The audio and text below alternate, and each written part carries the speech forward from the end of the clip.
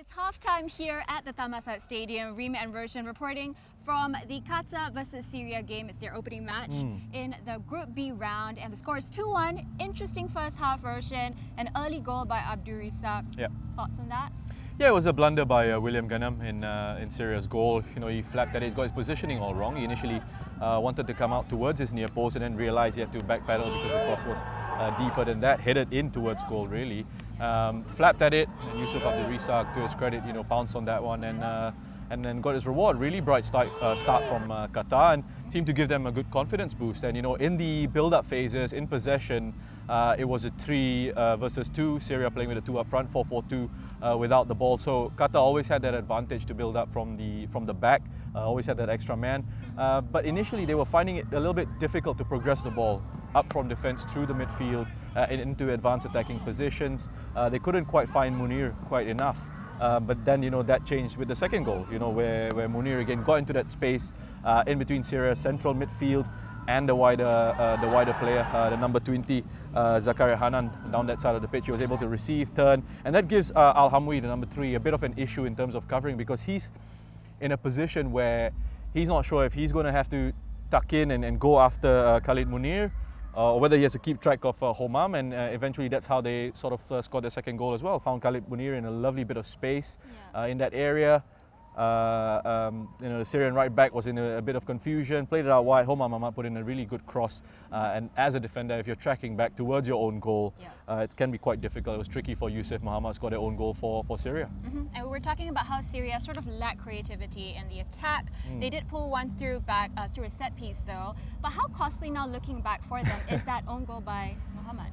Yeah, Yusuf Mohammed, the strange thing is, it seemed to almost kick Syria into gear, because then they started to be the side that responded well, chased the game, were creating opportunities, started to look dangerous on their own. Down the right-hand side, Zakaria Hanan was getting more involved in an attacking sense. Al Hamwi as well was linking up really well down that part of the pitch. And eventually they got their breakthrough. They started to find those spaces down the flanks in those wider areas. They picked up the tempo, the level of the passing went up, the intensity of the passing went up as well, and eventually they were able to pull one back. Again, we spoke about set pieces in the build-up to this game. We were talking about Syria's strengths and set piece opportunities. We had Feras Arnaud with a couple of chances, won a couple of headers of set piece situations, and then we saw Barakat pull a goal back from them, again from a set piece situation, just too strong in the box, but his movement was really clever. Started out initially in an offside position, so Qatar left him alone, no one picked him up, dropped off just in time, ball came in, wins the header and goes into the back of the net and gives Syria such a boost going into the second half.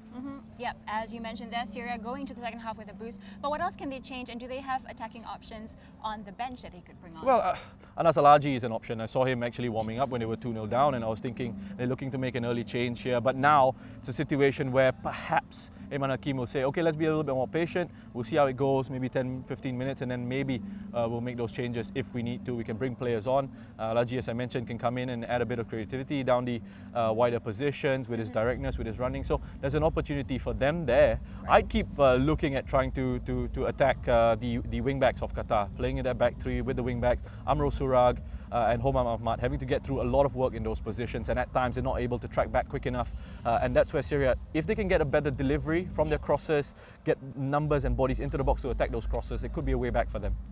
Okay, and simultaneously as well, Group C have kick-started their matches over in Songkla at the Tin Su Lanun Stadium. I hope I got that right. Uzbekistan, defending champions, leading early on. Yeah, 38th minute goal from the number 2, Kobilov, putting away a penalty. Penalty was earned. It was good play by Alionov, the number 3, actually carried the ball forward. Here's me trying to keep track of 2 games at the same time. Proving the ball forward. Bobir Abdulholikov was the one who was fouled in the box by the number 4, Najarian, the Iranian number 4. Went to VAR for a bit, but it was confirmed that it was a penalty. It was a foul. And they put the ball away, and Uzbekistan got a goal up. Iran though had 2 decent opportunities. One of Ali Shojai with an open goal, just the goalkeeper to beat, completely miscued his effort, went out wide, and then Syed Manesh as well, just in front of the 6-yard box, had a defender in front of him, sure, but took his eye off the ball. Otherwise, it could have been the equalizer for Iran. Nice even contest going on over there as well. Right, all right. Still plenty of action. Many things can happen in the next 45 minutes. We will be sure to keep you informed on that, and we will join you at the full-time show next.